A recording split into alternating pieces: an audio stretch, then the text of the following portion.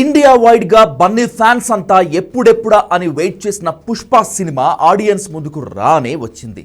So ఎలాంటి సోది లేకుండా ఈ సినిమా కథ విషయానికి వస్తే పుష్పరాజ్ తన ఎర్రచందనంతో జపాన్కి వెళ్తాడు. జపాన్ పోర్ట్లో అక్కడే మాఫియాతో ఫైట్ చేస్తాడు. కట్ చేస్తే చిత్తూరు శేషాచలం అడవుల్లో పుష్పరాజ్ ఎర్రచందనం స్మగ్లింగ్తో అడ్డు లేకుండా ఎదుగుతాడు. సిండికేట్ మొత్తం తన కంట్రోల్లోకి వస్తుంది. మరోవైపు పుష్పను అడ్డుకోవాలని ఎస్పీ భన్వర్ సింగ్ షెకావత్ ప్లాన్ చేస్తుంటాడు. ఓ కూలివాడి వేషంలో అడవుల్లోకి వెళ్లి అందరినీ చితక్కొట్టి అరెస్ట్ చేస్తాడు. తన అనుచరులను విడిపించడానికి వచ్చిన పుష్పతో పోలీసులు అతి చేయడంతో పోలీసులందరినీ కొనేస్తాడు. పోలీస్ స్టేషన్ మొత్తం ఖాళీ. దీంతో రెచ్చిపోయిన షెకావత్ ఓ సిండికేట్ని చంపేస్తాడు. అప్పుడు మిగిలిన సిండికేట్లు అంతా భయపడతారు. పుష్ప చేత సారీ చెప్పించాలని ఎంపీ సిద్ధప్ప సమక్షంలో సిండికేట్ పార్టీ ఏర్పాటు చేయిస్తారు. అందులో పుష్ప బాగా తాగి వచ్చి షెకావత్కి సారీ చెప్తాడు. అయితే దాన్ని అవమానంగా భావించి మళ్ళీ వెళ్ళి షెకావత్ కార్ని పచ్చడి చేస్తాడు. స్విమ్మింగ్ పూల్లో మూత్రం పోసి అవమానిస్తాడు. అప్పటికే ఇంటర్నేషనల్ స్మగ్లర్తో భారీ డీల్ కుదుర్చుకుంటాడు పుష్ప.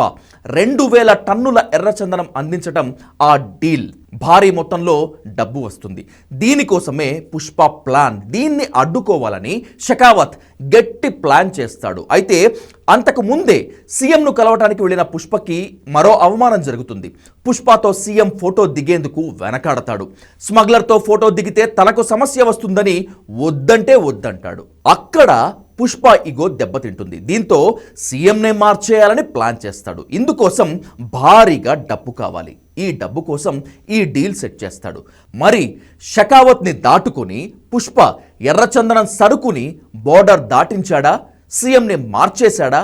ఈ క్రమంలో central minister mining king Pratap రెడ్డితో గొడవేంటి? తనను అవమానించిన సవతి అన్న ఫ్యామిలీ పుష్ప దగ్గరకు ఎందుకు వచ్చింది? వాళ్ళ కోసం పుష్ప ఏం చేశాడు అనేది మిగిలిన కథ. పుష్ప 2లో డైరెక్టర్ సుకుమార్ ఇష్టం వచ్చినట్లుగా సీన్లు పెట్టుకుని పేర్చుకుంటూ పోయినట్లుగా ఉంది. ఎమోషనల్ సన్నివేశాలు చాలా బలంగా ఉన్నప్పటికీ ఆ ఫీల్ ప్రేక్షకులకు కనెక్ట్ కాలేదు. ఫస్ట్ హాఫ్లో ఫస్ట్ ఫైట్ చాలా బాగుంది. అందులో బాస్ ఎవడ్రా, మీ అందరికీ నేనే బాస్ అని చెప్పే డైలాగ్ అదిరిపోయింది. పుష్పను పట్టుకునేందుకు షెకావత్ చేసే ప్రయత్నం మొదట్లోనే బాగుంది. ఆ తర్వాత ప్రతిసారి షెకావత్ ఫెయిల్ అవుతూ ఉంటాడు. ఆయన ఎత్తులు వేస్తే పై ఎత్తులు వేసి పుష్ప సరుకుని పంపిస్తూ ఉంటాడు. ఈ క్రమంలో వచ్చే చిన్న చిన్న ట్విస్ట్లు చాలా బాగున్నాయి. కొన్ని ఫన్నీగా ఉన్నాయి, మరికొన్ని చవకబారుగా నేలబారుగా ఉన్నాయి. సీఎం అవమానించాడని సీఎంనే మార్చేయడం వంటి సీన్లు సినిమాటిక్గానే ఉన్నాయి. న్యాచురల్గా ఏమాత్రం అనిపించడం లేదు.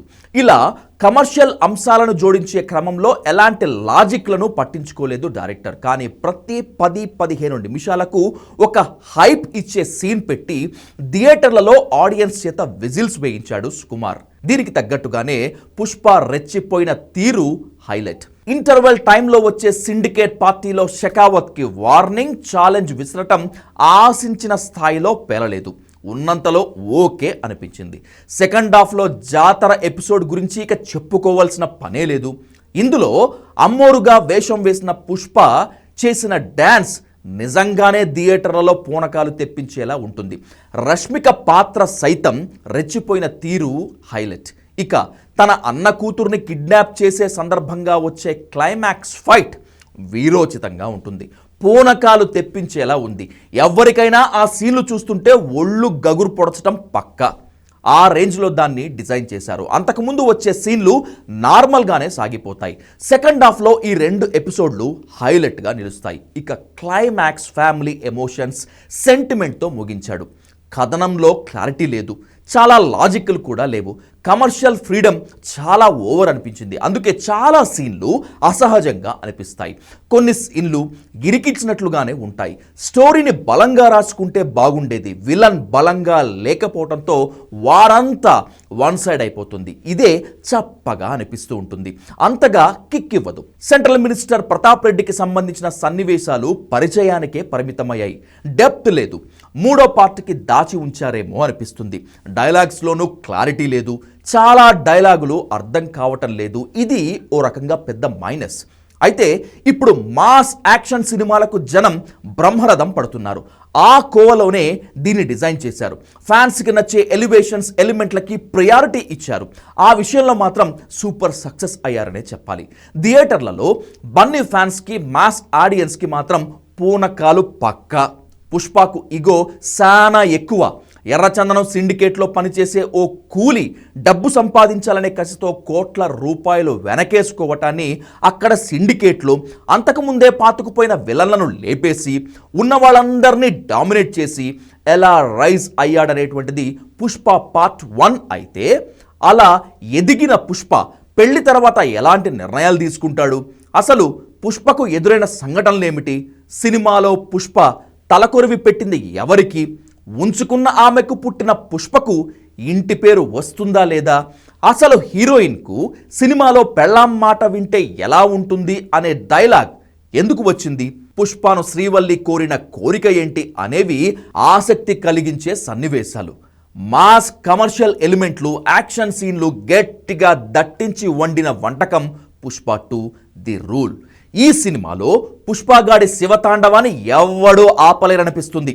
అల్లు అర్జున్ అలియాస్ పుష్ప నటన, జాతర సీన్, సుకుమార్ డైరెక్షన్ ప్రతిభ, పీలింగ్ సాంగ్, ఇంటర్వెల్ బ్యాంగ్లు సినిమాకు బాగా ప్లస్ పాయింట్స్గా నిలిచాయి అని ఘంటాపదంగా చెప్పొచ్చు. అయితే ఫస్ట్ హాఫ్ సాగదీత, heroine Rashmika acting, Sreeleela special song, Devi Sri Prasad music minus పాయింట్స్. పుష్ప 2లో జాతర సీన్, ఆ సీన్ చూడటానికి ప్రేక్షకులు మళ్ళీ థియేటర్లకు రావటం ఖాయం. ఆ ఒక్క సీన్ ఒక్క అల్లు అర్జున్ అభిమానులకు మాత్రమే కాదు, సినిమా చూసే ప్రతి ఒక్కరికి పూనకాలు తెప్పించడం గ్యారంటీ అని చెప్పొచ్చు. యాక్టింగ్ విషయానికి వస్తే అల్లు అర్జున్ పుష్పగా నట విశ్వరూపం చూపించేశాడు. నటించమంటే జీవించేశాడు. అసలు గంగోత్రిలో నటించింది ఇతనేనా అని అనిపించక మానదు. పుష్ప పాత్రకు ఒక్క అల్లు అర్జున్ తప్ప మరే హీరో న్యాయం చెయ్యలేడు. ఇక జాతర సీన్స్తో అయితే పుష్పరాజ్ నటించిన తీరు అల్లు అర్జున్ యాంటీ ఫ్యాన్స్కు సైతం పూనకాలు తెప్పిస్తుంది. మరోసారి పుష్పరాజ్గా దుమ్ము లేపాడు బన్నీ. మొదటి భాగాన్ని మించి రెచ్చిపోయాడు. సినిమా మొత్తాన్ని తన భుజాలపై మోసాడని చెప్పవచ్చు. ఇక జాతర ఎపిసోడ్లో అమ్మోరు గెటప్లో బన్నీని చూస్తే పూనకాలే. యాక్షన్స్లోనూ అదరగొట్టాడు. తనని తాను కొత్తగా ఆవిష్కరించుకున్నాడు. డాన్సులతో ట్రీట్ ఇచ్చాడు. శ్రీవల్లిగా రష్మిక మందన యావరేజ్. రష్మిక నటనకు ఓ రేంజ్లో వావ్ అనలేం, కానీ శ్రీవల్లి పాత్రకు న్యాయం చేసిందని చెప్పొచ్చు. పాటల్లో బన్నీ రష్మికలు ఓ రేంజ్లోనే చేశారు, కనువిందు కలిగించారు. శ్రీలీల స్పెషల్ సాంగ్ కంటే కూడా ఈమె చేసిన ఫీలింగ్ సాంగ్కే ఎక్కువ మార్కులు వేయొచ్చు. ఫహద్ ఫాజిల్ తన పాత్రకు పూర్తి న్యాయం చేశాడు. అనసూయ రోల్ ఏం లేదు, ఏదో ఉందంటే ఉంది అంతే. ఒక రోల్ ఇవ్వాలి కాబట్టి సుకుమార్ ఇచ్చాడు. ఇక ఫీలింగ్ పాటలో కూడా శ్రీలీలతో రెచ్చిపోయి చేశాడు బన్నీ. షకావత్గా ఫహద్ ఫాజిల్ సైతం రచ్చ చేశాడు. నెగటివ్ షేడ్లో ఉన్న రోల్లో ఆయన పిచ్చెక్కించాడు. అయితే ఆయన పాత్రని డల్గా చూపించడమే మైనస్. జగపతి బాబు సెంట్రల్ మినిస్టర్ ప్రతాప్ రెడ్డి పాత్రలో ఉన్నంతసేపు హైప్ ఇచ్చాడు. ఆయన కూడా చిత్తూరు యాసలో కొత్త గెటప్లో రెచ్చిపోయాడనే చెప్పాలి. రావు రమేష్కి మరో బలమైన పాత్ర పడింది. కేశవ పాత్రలో జగదీష్ మరోసారి మెప్పించాడు. టెక్నికల్గా చూస్తే క్లోజప్లు లాంగ్ షాట్లు బాగున్నాయి. విజువల్ స్ట్రీట్ అనేలా ఉంది. దేవిశ్రీ ప్రసాద్ అందించిన అన్ని పాటలు ఉర్రూతలూగించేలాగే ఉన్నాయి. పాటల కంటే సౌండింగ్, హీరోయిన్ల డాన్సులు స్పెషల్ అట్రాక్షన్. మొత్తం మీద 3 పాటలే బాగున్నాయి. ఫైట్ సీన్లకి బీజిఎం మోత మోగించారు. రొటీన్కి భిన్నంగానే ఉంది. నవీన్ నులి ఎడిటింగ్ ఓకే, సినిమాకి అదే పెద్ద బలం. దర్శకుడు సుకుమార్ సేఫ్ గేమ్ ఆడాడని చెప్పొచ్చు. పుష్పరాజ్ పాత్రని మెయిన్గా తీసుకొని కథను నడిపించాడు. డైలాగ్లు పవర్ కిక్ ఇచ్చేలా ఉన్నాయి. మొత్తం మీద మాస్కి ఫ్యాన్స్కి నచ్చే ట్రీట్ ఇచ్చాడు డైరెక్టర్ సుకుమార్. పుష్ప 2 కంటే పుష్ప 1 బాగుంది అనే ఫీల్తో ప్రేక్షకుడు బయటకు వస్తాడు.